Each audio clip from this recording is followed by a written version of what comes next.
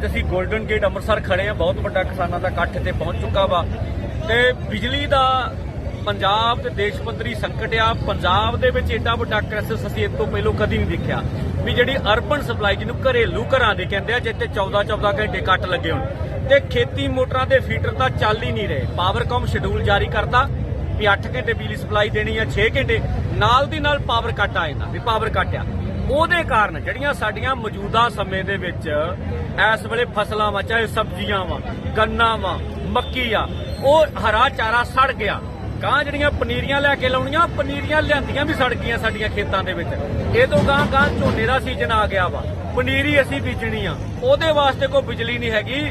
ਸੋ ਇਸ ਕਰਕੇ ਦੂਸਰਾ ਭਗਵੰਤ ਮਾਨ ਸਰਕਾਰ ਇਹ ਵਿਰੋਧੀ ਧਿਰਾਂ ਦੇ ਠੀਕਰਾ ਪਾਉਂਦੀ ਆ ਵੀ ਉਹਨਾਂ ਕਰਕੇ ਇਹ ਕ੍ਰਾਈਸਿਸ ਆਇਆ ਵਾ। ਚਾਹੇ ਵਿਰੋਧੀ ਧਿਰਾਂ ਮਾਨ ਸਰਕਾਰ ਤੇ ਠੀਕਰਾ ਭਰਨਾ। ਦੂਜੀ ਬੇਨਤੀ ਆ ਸਾਡੀ ਵੀ ਸਾਡਾ ਜਿਹੜਾ ਕਣਕ ਦਾ ਝਾੜ ਘੱਟ ਨਿਕਲਿਆ, ਅਸੀਂ ਪਹਿਲੋਂ ਖੁਦਕੁਸ਼ੀਆਂ ਕਰ ਰਹੇ ਆ।